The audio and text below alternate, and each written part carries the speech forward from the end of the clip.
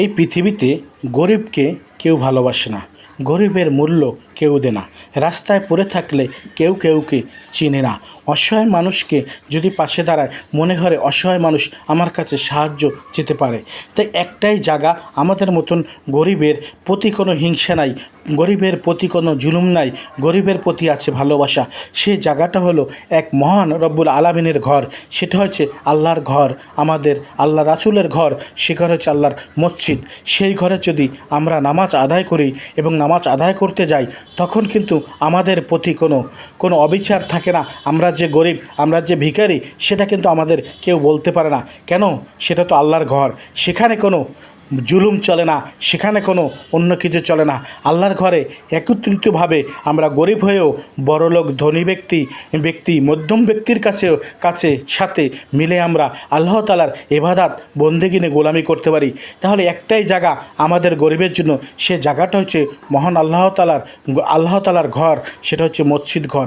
সেখানে আমাদের সাথে কেউ জুলুম করে না, সেখানে আমাদের সাথে কেউ হিংসা করে না। কিন্তু আমরা যখন মসজিদ থেকে বের হয়ে আসি, যদি আমরা কোনো দোকানে খাবার খেতে যাই, যদি আমরা কোনো দোকানে বসি বা কোনো রাস্তাঘাটে হাঁটা চলা করি, যদি কোনো মানুষের সাথে আমাদের দেখা হয়ে যায়, তখন কিন্তু আমাদের মানুষ দূর করে তাড়িয়ে দেয়। আমাদের গায়ে থেকে গন্ধ আসে বলে, আমাদের শার্ট নোংরা, আমাদের জামা কাপড় নোংরা, এই কথাটি বলে। কিন্তু মানুষ হয়ে একটা কথা মনে করে না মানুষ, যে মানুষই মানুষের জন্য জীবনের জন্য। যেখানে আল্লাহ তাআলা বান্দাকে সৃষ্টি করে তাকে ভালোবাসে, তার ঘরে গেলে কখনো কোনো বান্দার প্রতি জুলুম নাই। আল্লাহ কালা হোক ধলা হোক সর্ব করে আমাদের যতন করে নিজ হাতে তৈরি করে আল্লাহ বানিয়েছে। সেই একটাই জায়গায় আমরা একটু শান্তি পাই, সে জায়গাটা হচ্ছে মহান আল্লাহ তাআলার ঘর, সেই আল্লাহ তাআলা মসজিদ। সেই ঘরে গেলে শুধু একটু ভালোবাসা পাই।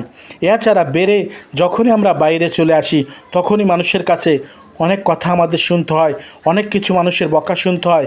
একসাথে আমাদের সাথে কেউ খাবার খায় না, একসাথে আমাদের সাথে কেউ বসে না, একসাথে আমাদের কেউ দেখতে পারে না, আমাদের গায়ে থেকে দুর্গন্ধ আসে, সেটাই আমাদের সবাই বলে। তাহলে আমাদের কি গরিবকে আমরা নিজেরা হয়েছি? আমাদের গরিব বানিয়েছে মহান আল্লাহ তাআলা, আমাদের সম্মান শ্রদ্ধা দিবে মহান আল্লাহ তাআলা। আমরা একটাই বিশ্বাস করি আল্লাহ তাআলার উপরে, একটাই বিশ্বাস করি আমাদের রবের উপরে। কিন্তু আমাদের রব এমন একটা জায়গা আমাদের জন্য তৈরি করে দিয়েছে, সেই জায়গাটা হচ্ছে তার নিজের ঘর, সেটা হচ্ছে মহান আল্লাহ তাআলার ঘর, সেটা হচ্ছে মসজিদ ঘর।